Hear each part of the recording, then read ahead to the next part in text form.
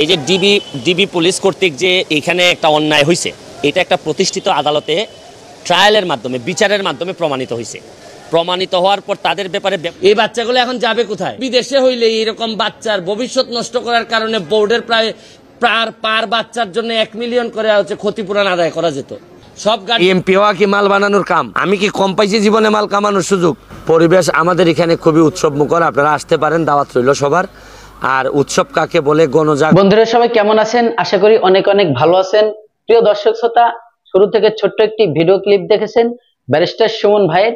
আজকে কিন্তু ব্যারিস্টার সুমন ভাই গোপন কথা জানাই দিল। আজকে কিন্তু ব্যারিস্টার সুমন ভাই এমন কিছু তথ্য দিল, যারা ওপেন করেছেন দেখার জন্য সবাইকে অনুরোধ করব পুরো ভিডিওটি আজকে কন্টিনিউ করবেন। ব্যারিস্টার সুমন ভাই আজকে গোপন তথ্য জানাই দিল দেশের দুর্নীতি কোথা থেকে হয় এবং দুর্নীতি কারা কারা করে এবং কেন দুর্নীতি করে, দুর্নাশ করে। ব্যারিস্টার সুমন ভাই যেখানে দুর্নীতি আছে সেখানে সে জোকের মতো লেগে পড়ে। আর যতক্ষণ পর্যন্ত দুর্নীতি করাবো না, চলুন সেই ভিডিওটি দেখি। ব্যারিস্টার সুমন ভাই কি বোর মাঝে আমরা গোপন তথ্যগুলো জানতে পারবো। এই যে ডিবি পুলিশ কর্তৃক যে এখানে একটা অন্যায় হয়েছে, এটা একটা প্রতিষ্ঠিত আদালতে ট্রায়ালের মাধ্যমে বিচারের মাধ্যমে প্রমাণিত হয়েছে। প্রমাণিত হওয়ার পর তাদের ব্যাপারে ব্যবস্থা নেওয়ার কথাও পুলিশের ঊর্ধ্বতন কর্মকর্তাদেরকে বলা হয়েছে, আইজিপি মহোদয়কে বলা হয়েছে। সেনাপ্রধানের যে মার্কিন নিষেধাজ্ঞা, এই দুটি ঘটনা সরকারের ভাবমূর্তি নষ্ট হয়েছে। এখানে একটা অন্যায় হয়েছে, এটা একটা প্রতিষ্ঠিত আদালতে ট্রায়ালের মাধ্যমে বিচারের মাধ্যমে প্রমাণিত হয়েছে। প্রমাণিত হওয়ার পর তাদের ব্যাপারে ব্যবস্থা নেওয়ার কথাও পুলিশের ঊর্ধ্বতন কর্মকর্তাদেরকে বলা হয়েছে, আইজিপি মহোদয়কে বলা হয়েছে। তো এখানে কিন্তু ক্রিমিনাল লায়াবিলিটি আছে, ক্রিমিনালিও মামলা হবে। আদালত নিজেই মামলা করতে পারতেন।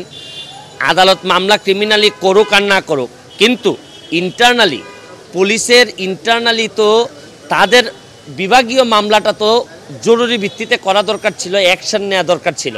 আমি এখন পর্যন্ত যতটুকু জানছি যে এদের বিরুদ্ধে এখন পর্যন্ত কোনো অ্যাকশন নেওয়া হয় নাই। তাইলে আপনি এদের বিরুদ্ধে যদি অ্যাকশন নেওয়া না হয়, তাইলে পুলিশের বিরুদ্ধে যারা পুলিশের মধ্যে যারা অসৎ, যারা প্রমাণিত হবেন যারা অসৎ, তাদের বিরুদ্ধে যদি ব্যবস্থা না হয়, তাইলে পুলিশের বিরুদ্ধে বা পুলিশের ব্যাপারে মানুষের আর বিশ্বাস থাকবে না। আর পুলিশ ফোর্সটা হচ্ছে একটা ডিসিপ্লিন ফোর্স। এটাতে মানুষের যদি বিশ্বাস না থাকে, তাইলে হবে কি, আপনি প্রত্যাশা অনুযায়ী পুলিশ আর কাজ করতে পারবে না। আমি মনে করি যে এর চেয়ে ভালো উদাহরণ, ভালো সুযোগ তো হইতে পারে না। আমি মনে করি আইজিপি মহোদয় অবশ্যই এই অনুযায়ী যত দ্রুত উনি ব্যবস্থা নেবেন এবং মানুষের সামনে প্রমাণ করবেন যে সে যেই হোক, পুলিশ হোক বা সে যেই হোক, সে আইনের ঊর্ধ্বে না। সে যদি আইন লঙ্ঘন করে, তাহলে তাকে বিচারের মুখোমুখি বা তাকে পানিশমেন্টের মুখোমুখি হইতে হবে। অবশ্যই ধরেন একটা জিনিসের বিচার যদি না হয়, তাহলে অসংখ্য অপরাধের জন্য আরেকটা উৎসাহ দেওয়া হয় বা মোটিভেট করা হয়। তো এটা তো আমাদের চেয়ে পুলিশের অফিসাররা আরও ভালো বুঝেন। সুতরাং আমি মনে করি যে এটা যদি সেনাপ্রধানের যে মার্কিন নিষেধাজ্ঞা, এই দুটি ঘটনা সরকারের ভাবমূর্তি নষ্ট হয়েছে।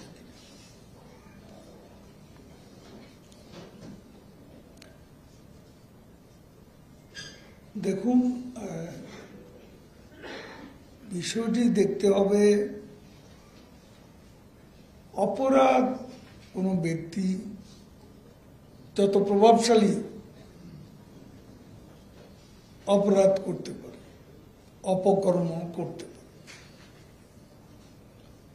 কথা হচ্ছে যে প্রশ্ন থেকে যা যে সরকার এই ব্যাপারে